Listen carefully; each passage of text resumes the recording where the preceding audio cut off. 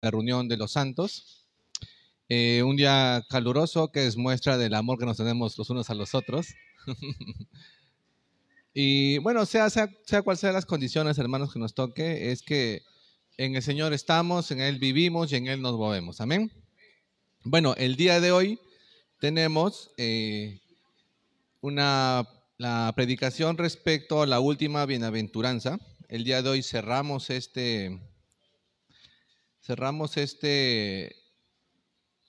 esta serie de las bienaventuranzas. El día de hoy vamos a ver bienaventurados aquellos que han sido perseguidos por causa de la justicia, pues de ellos es el reino de los cielos. ¿Ven? Antes de ello vamos a orar para que el Señor nos bendiga en esta mañana y que el Señor nos hable y también responda a cada uno de los cuestionamientos que cada uno pueda tener al respecto. ¿Ven? Oremos. Amado Dios, gracias te damos en esta mañana. Iniciamos, Señor, una nueva semana que tú nos concedes. Cada semana, Señor, nos lleva a reflexionar lo poco o lo mucho que hemos sido intencionales en la búsqueda de tu rostro, en lo mucho o en lo poco que hemos sido intencionales en mortificar nuestra carne. Pero, Señor, hasta el momento tú nos has preservado y nos has guardado y te agradecemos en ello. Tú nos amas, Señor,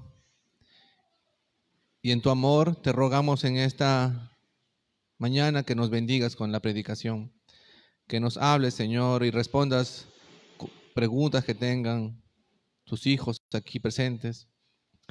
Que tú, Señor, también confrontes, aconsejes, adviertas.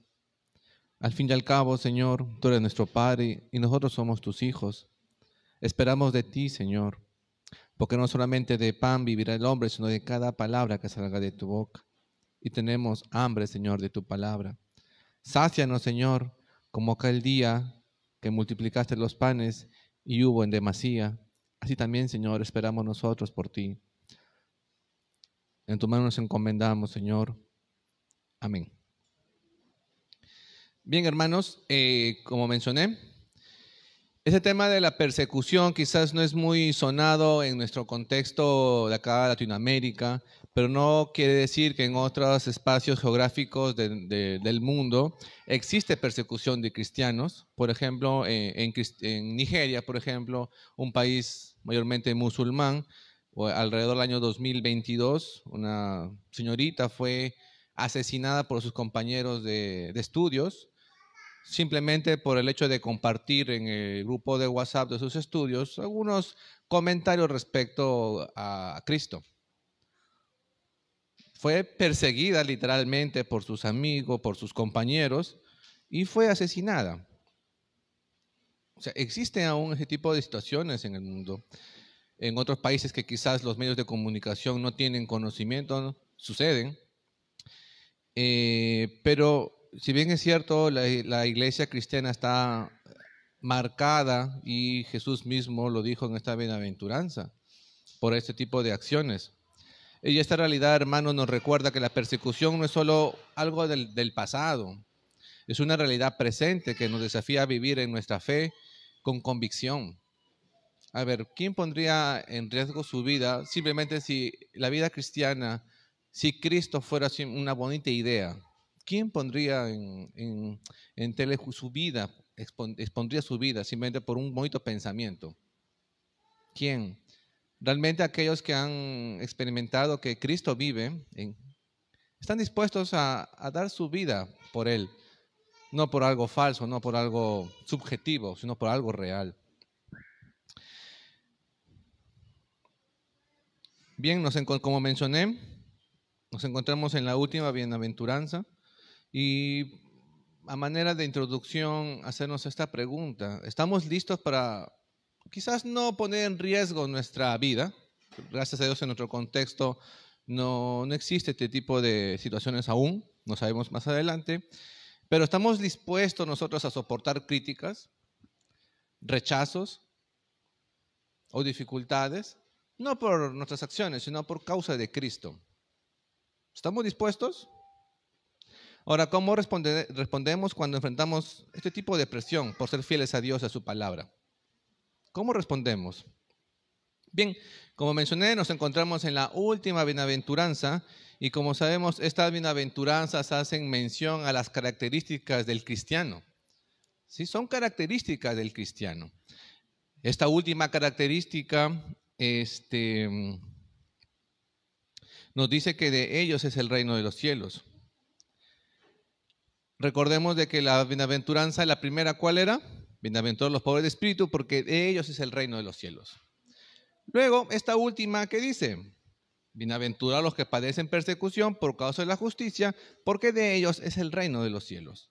Pareciera que hace una apertura diciendo, este tipo de personas son las que están en primer paso, no en el sentido de prioridad, sino que es una apertura a la característica de los cristianos. Y cerramos diciendo, los que padecen persecución, sí, son de ellos el reino de los cielos. Todo lo que quede en medio, es una sola unidad. Como mencioné, es una sola unidad, una sola característica de los creyentes. Y entendamos algo muy bien, ninguna de estas bienaventuranzas, nadie nace manso, nadie nace pobre de espíritu, nadie nace pacificador, nadie. Solamente es gracias a la obra concedida del Señor en el nuevo nacimiento. Nadie puede ser entrenado en la mansedumbre si es que no ha nacido de nuevo. Nadie puede ser entrenado en ser pacificador si no ha nacido de nuevo, ya que la verdadera paz la encontramos en Cristo. ¿Amén? Entonces, hermanos, esto es importante porque significa que las bendiciones que se encuentran en estos versículos pertenecen a todos aquellos que son parte del reino de Dios. Dios dice, bienaventurados, felices, bendecidos, mientras que el mundo, ¿qué dice el mundo? El mundo admira a los que confían en sí mismos, no a los pobres de espíritu. El mensaje de Jesús en su momento fue totalmente contradictorio y sigue siendo totalmente contradictorio. El mundo alegre, admira a los que tienen la falsa alegría del mundo, mientras Jesús dice, bienaventurados los tristes. ¿No? Qué contradictorio. El mundo admira a los soberbios. ¿No? Es más, excelente, dice, esta persona tiene carácter.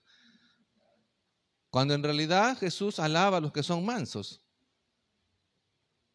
El mundo ama y admira a los insolentes, no a los justos. El mundo admira al vengador, no al misericordioso. Excelente, tomó venganza, dicen. Este que no se vengó, que tuvo la oportunidad, este es un sonso. Pero no debe importar lo que Dios dice al respecto. Dios dice, bienaventurado el misericordioso.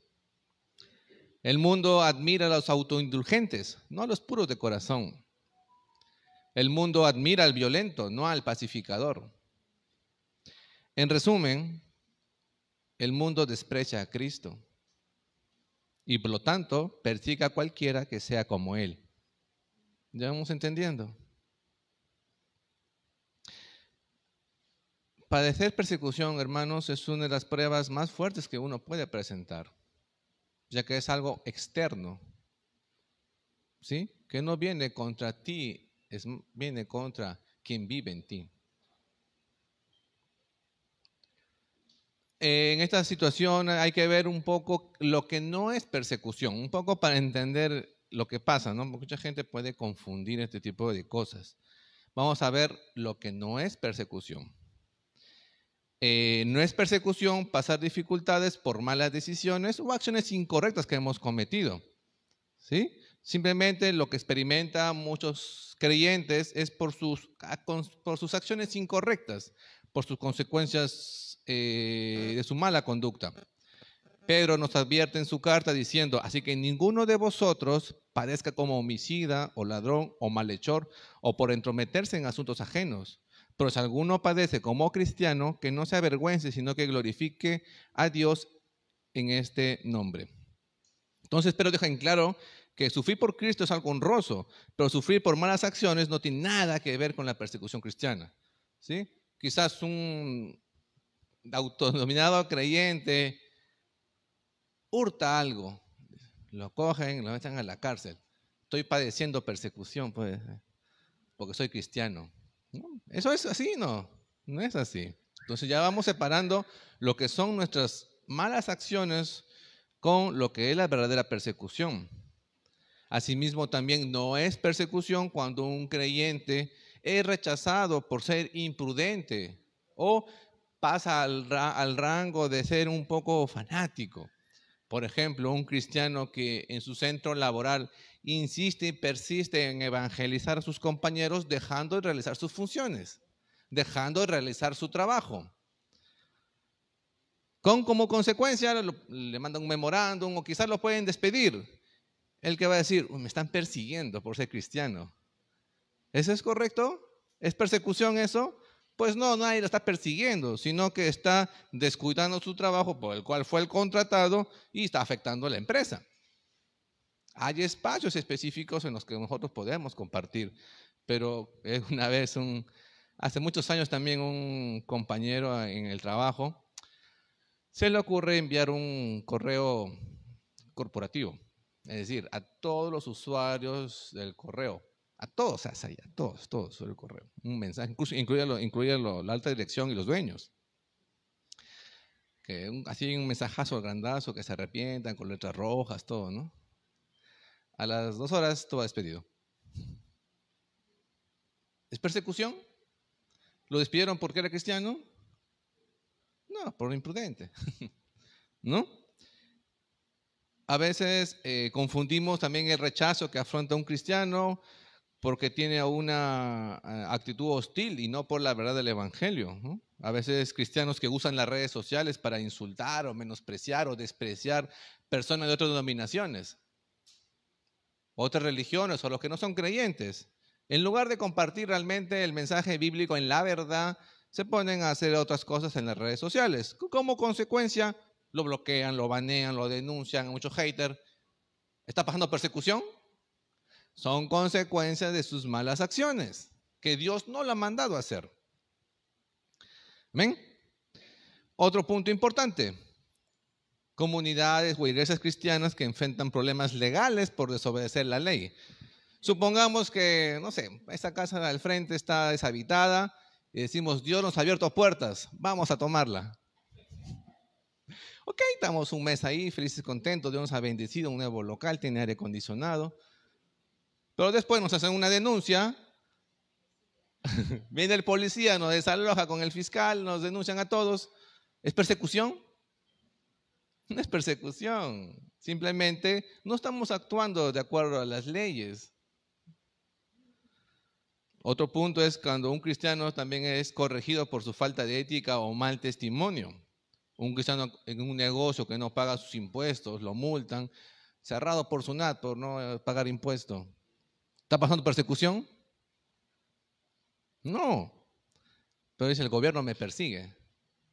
Y claro, obviamente pues la gente nunca dice la verdad. Otro punto es cuando alguien enfrenta conflictos familiares por actitudes personales y no por su fe, ¿no? Supongamos que un joven se convierte en su casa, ¿no? Y trata con desprecio a su familia, a su papá, a su mamá por ser pecadores civiles. Él ya no, está en otro level. Entonces, como consecuencia, ¿qué va a ocurrir? Lo van a disciplinar. Le van a decir, no, que ¿para qué vas a esa iglesia? Entonces, si estás así en otro level, quédate acá nomás. ¿Estás bajando persecución? No, ¿no? La Biblia más bien nos manda a honrar a nuestros padres. Y es más, algunos por su mal comportamiento y no quieren asumir su responsabilidad, se victimizan muchas veces. Al decir, el mundo me odia porque soy cristiano. ¿Sí? En el contexto laboral, alguien llega tarde, lo sancionan, me hacen bullying porque soy cristiano. No se puede uno victimizar por situaciones de este tipo. Nos odian porque no nos conformamos al mundo. Claro, pues, si como cristiano tratas con desprecio a tus compañeros de trabajo, de estudio, a tus vecinos, por la forma como hablan, por la forma como visten, por la forma como creen, entonces te van a excluir, pues, y eso no es que pases persecución. Otro punto es que el enemigo me está atacando porque Dios me está usando. Cuando un líder cristiano es descubierto en una conducta inmoral y en lugar de arrepentirse, dice que el diablo está atacando y para impedir su ministerio. Persecución, que muchos disfrazan eso, incluso toman de excusa, pero no es persecución. Cuando enfrentamos dificultades, debemos preguntarnos, ¿estoy sufriendo por causa de Cristo o por mis malas acciones? Esa es la primera pregunta que debemos nosotros separar. ¿Es por causa de Cristo o es que yo soy un cabezón y me meto siempre en líos? ¿Sí? Ahora vamos a ver qué realmente es la persecución que menciona acá en el texto nuestro Señor. Vamos retomando nuevamente Mateo 5, versos 10 al 12. Bienaventurados aquellos que han sido perseguidos por causa de la justicia, pues de ellos es el reino de los cielos.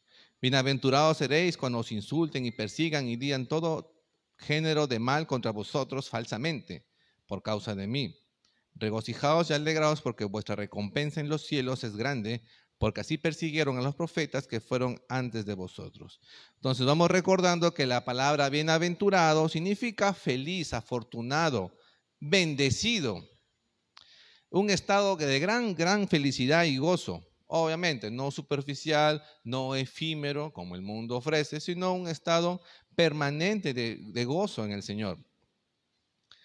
La palabra perseguidos en su griego original significa, aparte de perseguir, acosar, cazar. Es decir, como si al cristiano lo estuvieran cazando, lo estuvieran persiguiendo para tomar su vida, para atraparlo. Y este término en el texto hace referencia no a algo puntual, no una sola vez, sino a algo continuo, duradero, permanente. Permanentemente el cristiano está siendo perseguido. Entonces, haciendo una paráfrasis en estas dos palabritas, podemos decir bendecidos los que han sido y siguen siendo perseguidos. ¿Sí? Entonces, el Señor nos está diciendo, eres bendecido por ser perseguido, por estar en la lista de la gente a las cuales el mundo va a ir a la casa. El término justicia, ¿sí? Porque dice perseguidos por causa de la justicia. Ya hemos visto que no somos perseguidos por nuestras malas decisiones, no, por causa de la justicia. En el griego esta palabra significa rectitud, integridad. Esta misma palabra con ustedes la hablamos cuando vimos la bienaventuranza de los que tienen hambre y sed de justicia, porque ellos serán saciados. Entonces, esta palabra justicia hace referencia a una justicia moral y ética. Hacer lo que es correcto según los estándares de Dios. También denota una justicia relacional. Es una relación correcta con Dios. Vimos la necesidad de la justificación delante de Dios. Y también una justicia escatológica, la restauración del orden de Dios en el mundo. ¿Cómo se relacionan estas dos palabras en estas dos bienaventuranzas? Vemos en la primera bienaventuranza que tratamos que expresa un deseo profundo de justicia, un deseo profundo de ser justificado, como una necesidad básica del alma. Y en esta bienaventuranza, en la última, habla del costo de vivir en esa justicia. En la primera decías, quiero ser justo delante de Dios, quiero que Dios me justifique de todas mis malas acciones, quiero ser justo, recto y santo delante de Dios. Y ahora Cristo nos dice, vas a ser perseguido a causa de vivir así, ¿no? A causa de vivir así vas a ser perseguido. Entonces, haciendo una paráfrasis, ampliando el texto, puede decir, bendecidos los que han sido y siguen siendo perseguidos por causa de andar en rectitud de acuerdo a la voluntad de Dios. Esta persecución, hermanos, no es simplemente sufrir por sufrir, sino sufrir por adherirse a los valores del reino de Dios. No se trata solo de una persecución política o física, sino también que implica rechazo, calumnias, marginación y dificultades por vivir conforme a los principios del reino de Dios. Ahora, hermanos, la persecución no es el final, sino la confirmación de que estás en el camino correcto. A ver, ¿quiénes de los presentes han pasado persecución? No que los van a matar, ¿no? Y tampoco de extorsión, tampoco.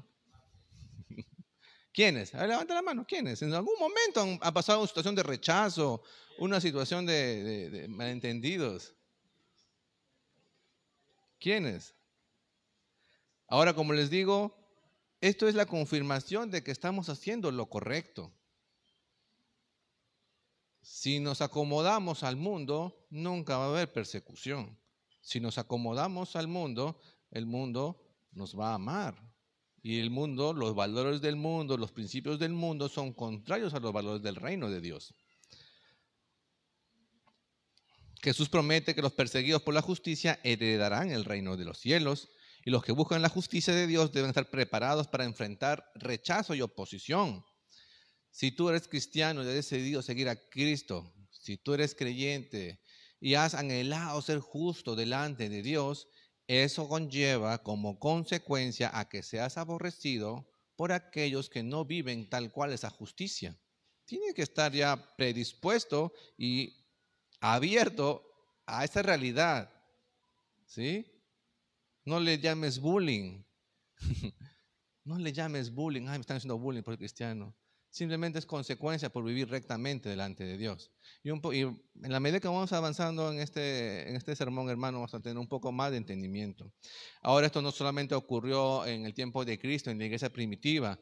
Desde el Génesis hasta el Apocalipsis vemos muchos personajes que han pasado ese tipo de situaciones. Por ejemplo, Abel.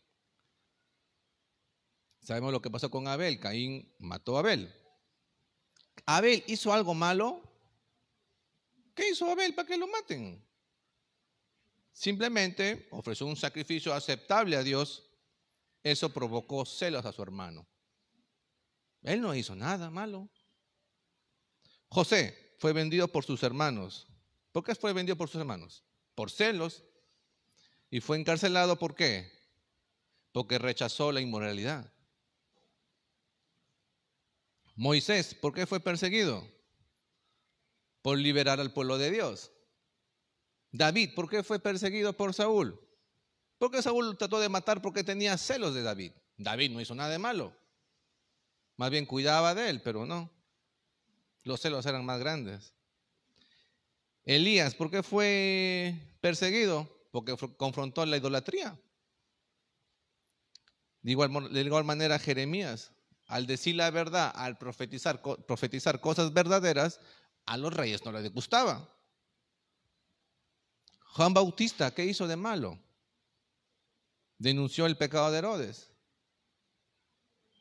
Ahora, Herodes supuestamente era judío y se aferraba a la ley judía. Esteban, ¿qué hizo de malo? Predicó el evangelio. ¿Hizo algo contra las personas para que lo maten?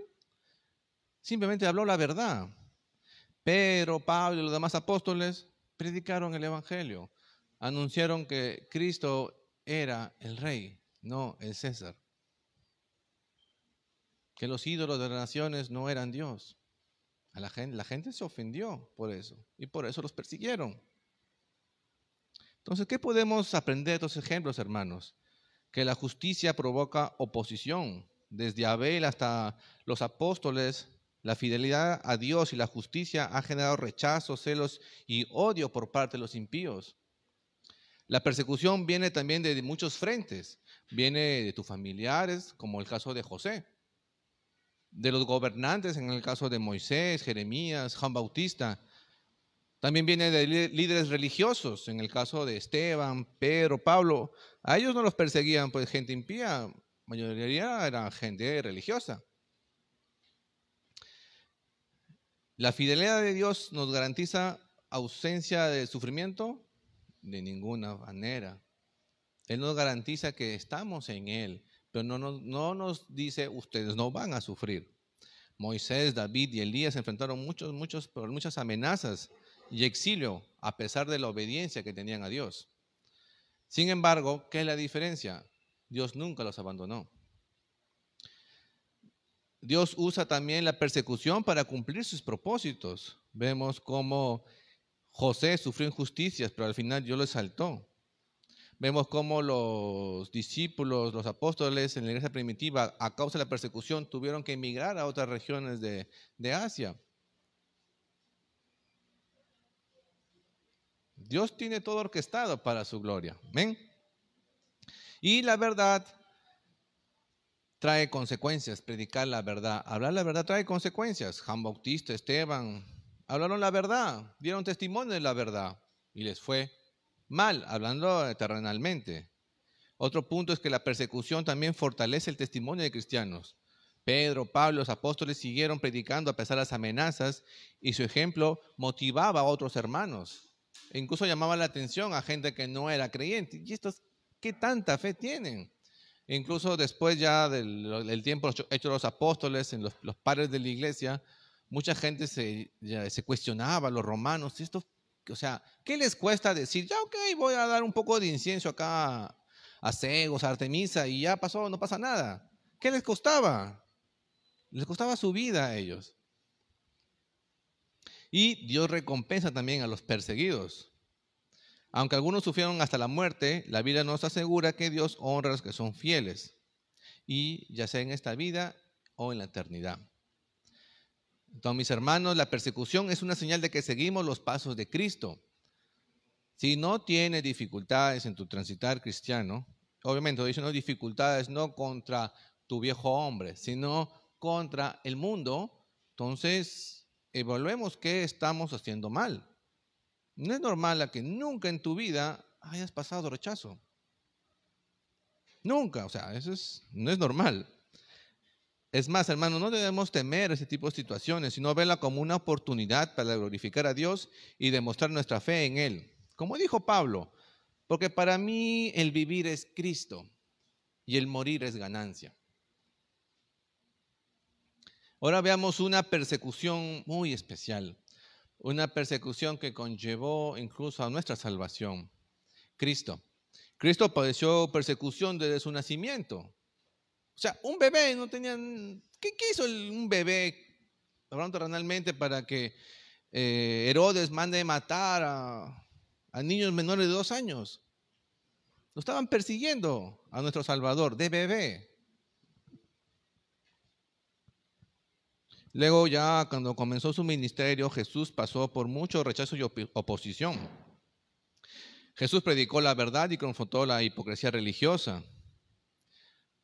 Andaba en compañía de pecadores y gente marginada, lo que escandalizó a los líderes religiosos. Realizó milagros los sábados. Eso desafía las tradiciones judías. ¿Y qué recibió a cambio? Desacreditación y difamación. Lo acusaron de tener un demonio. Imagínate, Dios encarnado, decía, no, tú estás endemoniado. O sea, des en cuenta cómo el mundo, la gente sin Dios aborrece lo que es correcto. O sea, si alguien está enfermo y se sana, no, porque lo sanas el sábado. No, está mal eso. O sea, imagínate los cegados que estaban esta gente. Y Jesús también pasó por muchos intentos de asesinato. Trataron de apedrarlo, trataron de empujarlo por el peñasco, etc. O sea, imagínense lo que querían hacer con Dios. También fue víctima de espionaje y conspiración. Los fariseos buscaban a ver qué dijo, qué no dijo. Buscaban algo para hacerlo tropezar. Nuestro Salvador también fue traicionado por algunos de sus discípulos, los que estaban dentro con él. Fue traicionado. ¿Piensa que a Jesús no le dolió? Y acá haciendo un paréntesis, cuando Judas va con Jesús, ¿qué le dice Jesús? Oye, Jesús, ¿por qué me haces estas cosas? ¿Qué le dijo Jesús? Le dijo, amigo. Amigo, le dijo a Judas. No le recriminó, no le dijo, oye, por tu culpa, mira lo que está pasando, mira lo que provocas. No, le dijo amigo. Él siguió amando.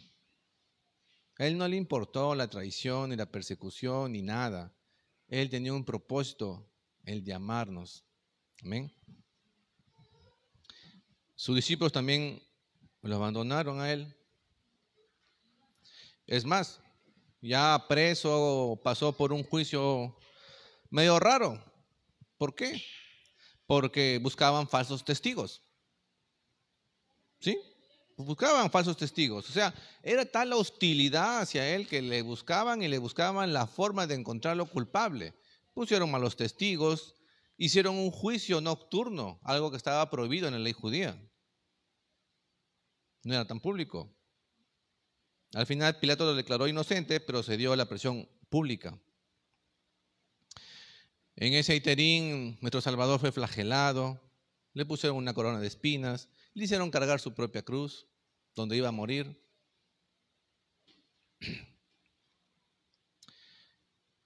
En la cruz Él experimentó dolor físico, abandono por parte de Dios a causa de nuestros pecados y humillación. Como dice Juan 1, de 10 al 11, el que era la luz ya estaba en el mundo, y el mundo fue creado por medio de Él, pero el mundo no lo reconoció. Vino lo que era suyo, pero los suyos no lo recibieron. ¿Por qué lo odiaron a Jesús estos grupos especialmente religiosos? ¿Por qué lo odiaron? Lo odiaron a Jesús no porque era bueno, sino porque era diferente. Porque en Él, en Cristo, había algo que a ellos los condenaba. Sentían que la justicia de Cristo los hacía parecer a ellos poca cosa. Ellos se creían lo máximo, la máxima expresión de la ley de Dios. Y Cristo, con su sola presencia, con su sola palabra, hacía que ellos los exponía que eran pecaminosos, que sus intenciones eran pecaminosas. Y esto a ellos les desagradaba, a esto a ellos no les gustaba. Entonces, hermanos, cuando, incluso como creyentes, cuando el justo quizás no diga nada, pero no nos condena con palabras, pero por el solo hecho de ser, ya nos condena, ¿sí? Al resto de personas las hace sentir infelices por nuestra forma de vivir en paz, en gozo, en alegría, por vivir en nuestras familias ordenadas y correctas. Al solo hecho de vivir mal el mundo ya nos aborrece, sin nosotros haber hecho algo malo. Porque ya no te drogas, ya no te emborrachas, ya no eres adúltero. La gente lo toma mal, porque hace ver que ellos están mal, hace ver que sus acciones son oscuras y en tinieblas. Eso al alma pecaminosa le hace le da mucha molestia, mucha ira. Esta gente aborrecía a Jesús porque Él era la luz que exhibía sus malas obras. Es como todos estamos acá, supongamos todos estamos con la ropa recontra sucia, todos llenos de barro, toditos acá. Pero la luz está apagada, todo está apagado, todos felices, todos contentos. Entonces, viene Cristo aquí a la sala, Él es luz, ¿no? Y al pasar por tu lado, te das cuenta que está sucio. Ves a Cristo limpiecito de blanco, de luz, santo. Y pasa por tu lado y el reflejo de su luz te hace ver que está sucio. La gente que, en lugar de la gente decir, Cristo, ¿qué hacemos para limpiar nuestras manchas? ¿Qué hizo la gente? ¿Para qué vino este? ¿Para qué vino la luz? Mira cómo nos exhibe, mira cómo vemos que todos estamos sucios. El orgullo, la soberbia del ser humano hizo que Cristo vaya a la cruz. Querían eliminar la luz. Querían que ellos seguir viviendo en tinieblas. Ese es el estado del ser humano sin Dios. Ese es el estado del ser humano pecaminoso que no ha nacido de nuevo. Aborrece la luz, por más moral que sea. Aborrece la luz, porque sus obras son puestas en manifiesto que son malas.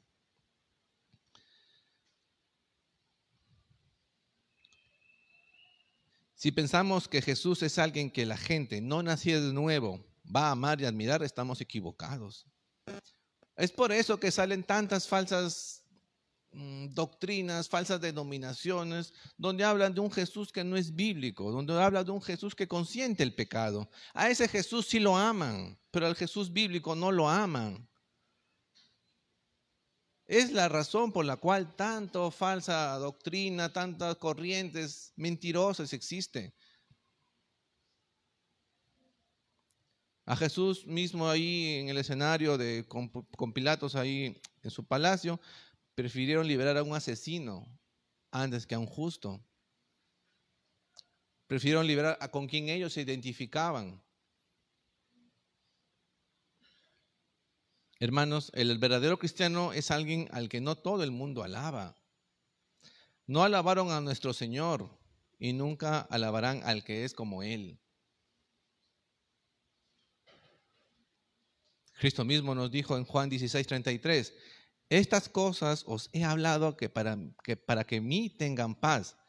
En el mundo tendréis aflicción, pero confiad, yo he vencido al mundo. Cristo haya vencido a todo ese tipo de situaciones, a todos los comentarios, a todas esas malas acciones. Él ya lo ha vencido y nosotros estamos con Él. Y si estamos con Él, somos más que vencedores. Amén. Ok, vamos a ver ahora la persecución del cristiano. Gracias, hermana.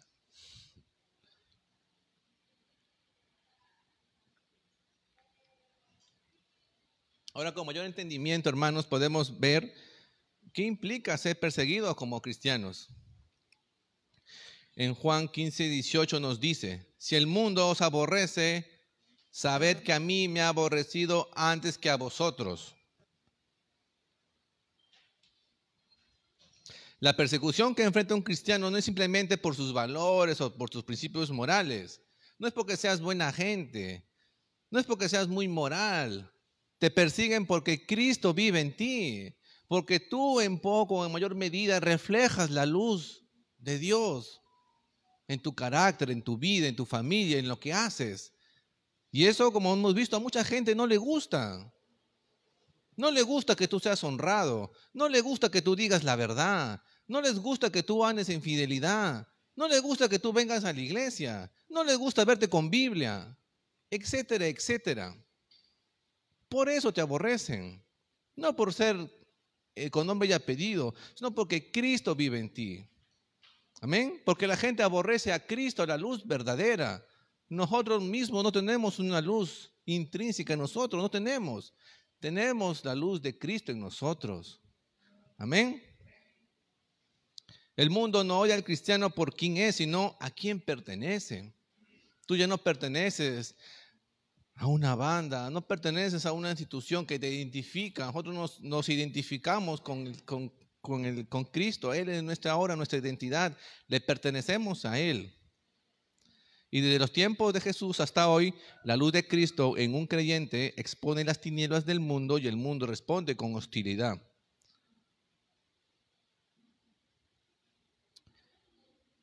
¿Por qué el mundo rechaza a Cristo en nosotros? Hemos visto que porque el mundo ama el pecado. Cristo es la luz que revela la verdad, pero muchos prefieren vivir en oscuridad. Otro punto, ¿por qué aborrecen al cristiano? Porque el cristiano ya no pertenece a este mundo. Como dice acá, si fueran del mundo, el mundo amaría lo suyo. Pero porque no soy del mundo, antes yo os elegí del mundo, por eso el mundo los aborrece. El día que nos arrepentimos de nuestros pecados, el día que hemos nacido de nuevo, Dios nos ha sacado de ese mundo de tinieblas. Ya no somos de ahí. Antes de conocer a Cristo, éramos parte del mundo y no había conflicto. Todos felices con mis patas, con mis amigas, con mis profes, con mi jefe, todos chéveres, en el pecado, obviamente. No había conflicto, no había problema. Ahora nuestra nueva identidad en Cristo nos hace diferentes y eso incomoda a los demás. Otro punto importante, ¿por qué el mundo aborrece al cristiano? Porque el cristiano es ahora un representante del reino de Dios. Como dice Pablo en su carta a los Filipenses, nuestra ciudadanía está en los cielos, de donde también esperamos al Salvador, al Señor Jesucristo. El mundo sigue los sistemas y valores de Satanás, pero el cristiano pertenece a otro reino. Vivimos bajo los principios de Dios y esto desafía el dominio del enemigo. Y Jesús también nos hace una advertencia. En Lucas 6:26. Ay de ustedes, dice, ay de ustedes cuando todos significa universal, todos los elogien. O sea, nadie tenga una objeción contra ti. Ay, dice Cristo, ay, cuidadito. Dense cuenta que los antepasados de esta gente trataron así a los falsos profetas. ¿Amén? Falso profeta venía con el rey. A ver, tú, falso profeta, háblame. No, rey, Babilonia se va a rendir a tus pies. Tú vas a conquistar Babilonia incluso. Excelente, falso profeta. Venía Jeremías, no, mi rey, Dios ha dicho que te sujetes, que te rindas y que vas a dar mejor vida. No, eso no, falso profeta, mételo al pozo. Eso pasaba. Y hasta ahora hay mucha gente que le gusta rodearse de aduladores. Ahora vamos a ver algunas aplicaciones en la práctica respecto a algunos tipos de persecución que podemos pasar como cristianos en la actualidad. Primer punto, cuando el día que tú te conviertes, los primeros enemigos, como dice Cristo, son los de tu casa. ¿Sí no, Michi? Michi sí dice. ¿Sí? Los enemigos del hombre serán los de su casa. Cuando un cristiano enfrenta oposición en su propio hogar, ¿por qué? Porque ya no estás compartiendo las costumbres, la cultura pecaminosa del lugar donde vives. Serán tu familia, tú los amas mucho, pero ya no puedes compartir con ellos. ¿Y eso qué puede pasar en el cristiano? ¿Sí? Porque es chocante. No es que, sí, yo soy más que en Cristo, soy vencedor y soy una persona inmune. No, de ninguna forma. Tenemos sentimientos, tenemos emociones. En el cristiano puede experimentar un profundo sentimiento de aislamiento. ¿Y ahora con quién me junto? ¿Y ahora con quién converso? ¿Y ahora con quién hablo de Cristo? En mi casa. Si en lugar de orar por los alimentos, en mi casa se tiran las borracheras, ¿con quién oro? Si en lugar de ver algo edificante en la televisión, ven puro escenas eróticas en mi casa, o puro violencia, ¿con quién me junto? ¿Son cosas que pasa el cristiano o no? Pasa el cristiano por esas situaciones. Además, también puede llegarse a generar un conflicto interno.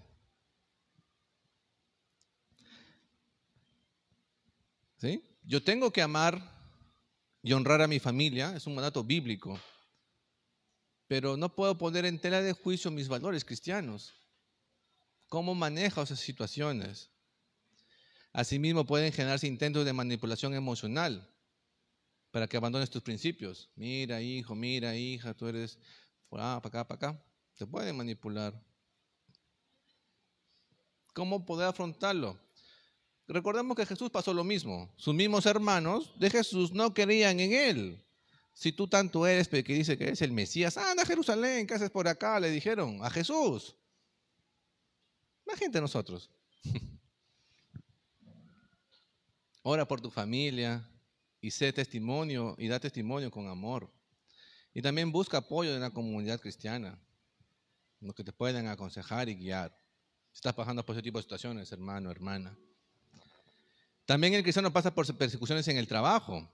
Es más, Pablo dice, todos los que quieren vivir piadosamente en Cristo Jesús padecerán persecución. ¿Esto qué te genera? Estrés y ansiedad muchas veces. Tienes miedo de perder tu trabajo. ¿O no es así? Puedes ser discriminado, no te dan el ascenso que tú querías por ser cristiano. ¿Pero qué dice la Biblia? Eres bienaventurado si pasa eso. Eres bienaventurado si pasa eso. No te sientas doblegado, frustrado. Eres bienaventurado para con Dios. También puede existir en el centro laboral presión para comprometer los valores, aceptar coimas, mentir o hacer cosas ilícitas que van contra la conciencia cristiana.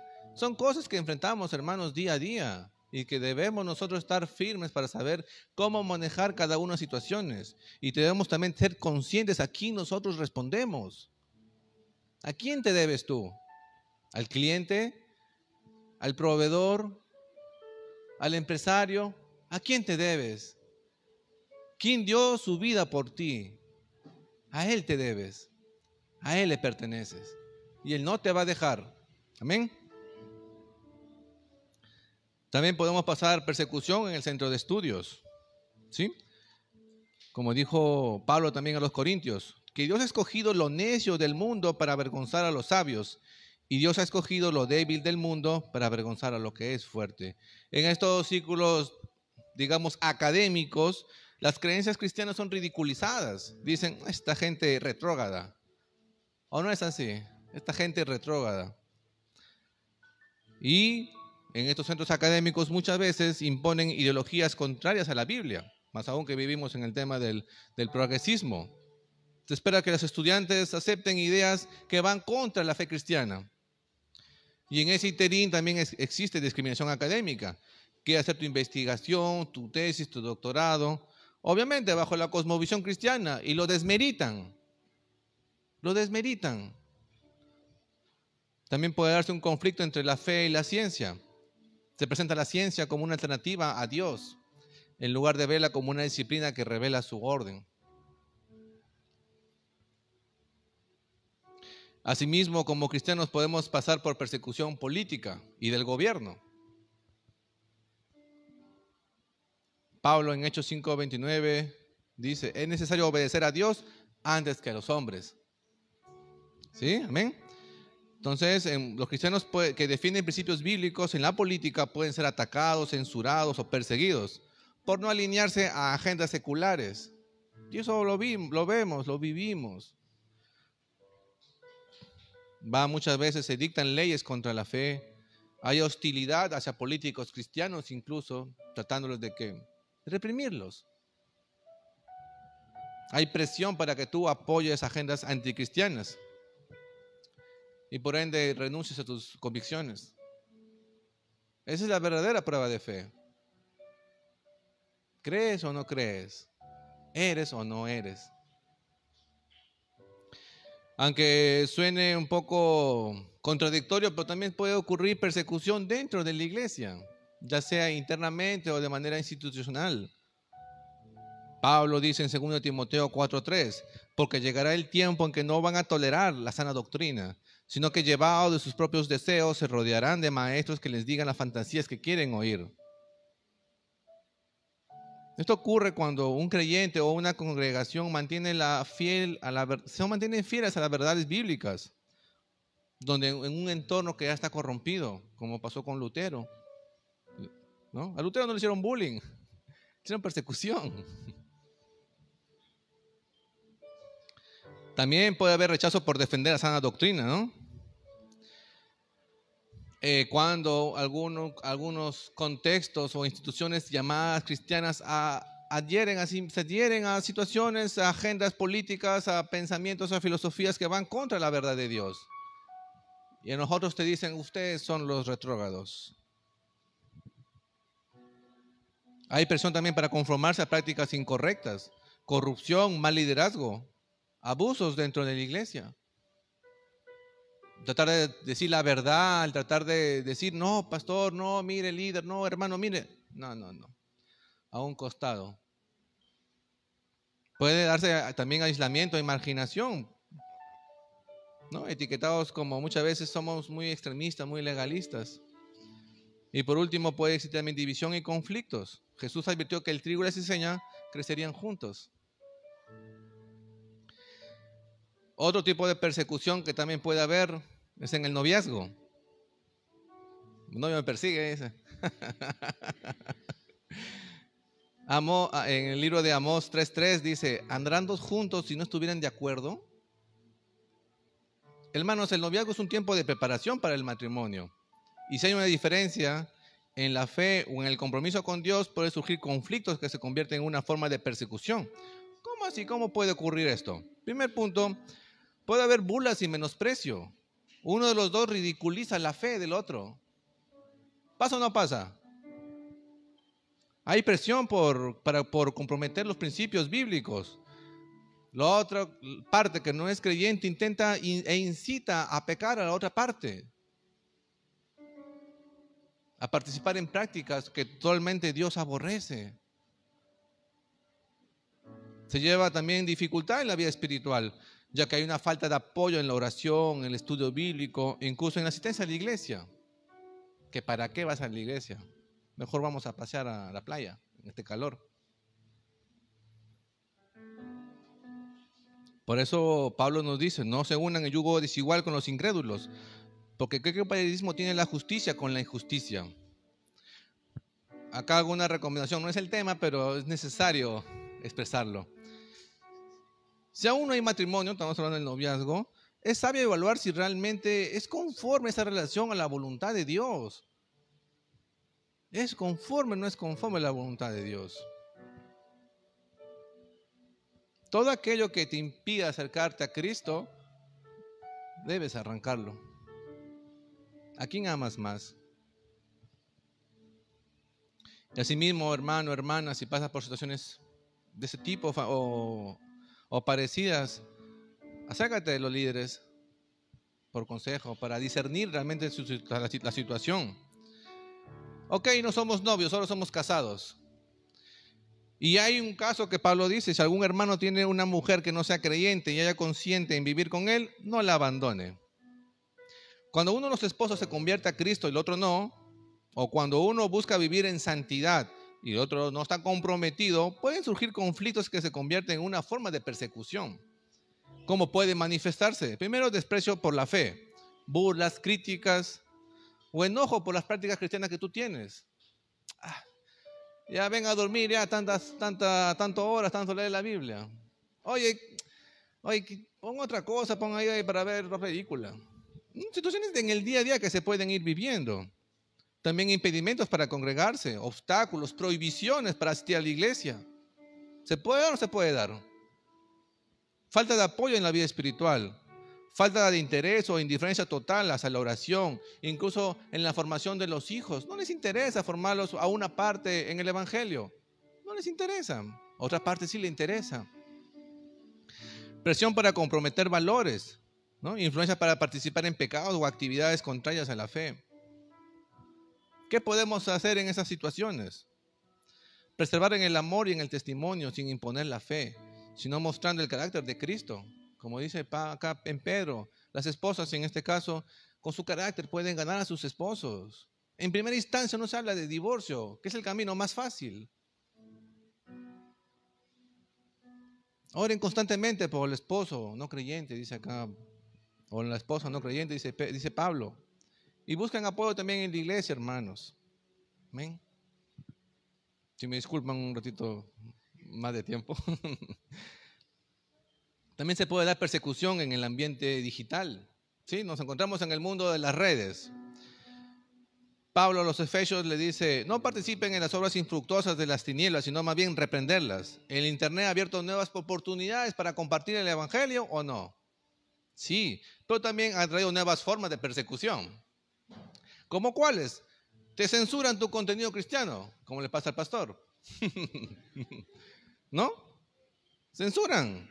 Los cristianos a veces incluso también son ridiculizados o acosados, insultados por nuestras creencias en las redes. Hay discriminación de plataformas. Pasan tontería y media de plataforma. Pero si tú hablas de Cristo, no, te censuramos. Eso es una forma de discriminación. Una cancelación también cultural. Aquellos que por su fe públicamente pueden ser cancelados y perder oportunidades laborales o sociales. ¿Qué hacemos? ¿Dejamos de usar las redes? Pues no. Seguir compartiendo la verdad, pero con amor y prudencia y con sabiduría. Usar esa creatividad para seguir evangelizando. Y no temer la oposición digital, sino glorificar a Dios en ello. Amén. Como dijo Cristo, en el mundo tendréis aflicción, pero confiad, yo he vencido al mundo. Recordemos eso, yo he vencido al mundo. ¿Cómo respondemos ante este tipo de situaciones de persecución? ¿Cómo? Con gozo y perseverancia, hermanos. Porque la Biblia nos dice, eres bienaventurado. Y este debe ser tu fuente de gozo. Porque no te está diciendo bienaventurado tu vecino, tu esposo, tu esposa, tu jefe, el dueño, ni sea. Te está diciendo Dios mismo, bienaventurado. Esas palabras valen y son verdad. Son verdades eternas. No te está mintiendo. No te está haciendo, sí, para salir el caso. Sí, bienaventurado eres. No, eres gozoso, eres bendecido si pasas este tipo de situaciones. Porque estás en el camino correcto. Amén. También, hermanos, debemos actuar con amor y perdón. Bendecid a los que maldicen y oren por los que le calumnian. Cristo mismo a su perseguidor Judas le dijo, amigo. ¿Tú serías capaz de decirle amigo al que te meta en la cárcel por algo injusto? Amigo. Y debemos actuar con firmeza en la fe. Sed firmes e inconmovibles, abundando siempre en la obra del Señor. Y ya para terminar, hermanos, recordemos ello. Somos la sal de la tierra. Tenemos un propósito en este mundo. Evitar que se corrompa, que se contamine y darle sabor. Eso somos nosotros. A eso estamos llamados. ¿Y cómo hacemos eso? Reflejando el carácter de Cristo en nosotros. Y Dios nos va a usar para impactar el mundo. Aun cuando éste nos rechace y nos quiera vomitar, nosotros damos vida al mundo. Amén. Y hermanos míos, bienaventurados somos cuando nos insulten y persigan y digan todo tipo de género de mal contra nosotros, falsamente, por causa de mí. Es por causa de Cristo. Regocijaos y alégrense porque vuestra recompensa en los cielos es grande, porque así persiguieron a los profetas que fueron antes de vosotros. Hermano, la promesa del reino de los cielos nos recuerda que la persecución es temporal, no es para toda la vida, no es eterna, pero la recompensa es eterna. Amén. ¿Estás dispuesto a ello? ¿Estamos dispuestos a ello por causa de Él, del que nos amó? El que nos amó no escatimó ni siquiera a su propio hijo para darnos en sacrificio por nosotros. Y tú quieres que no tener conflicto con un compañero.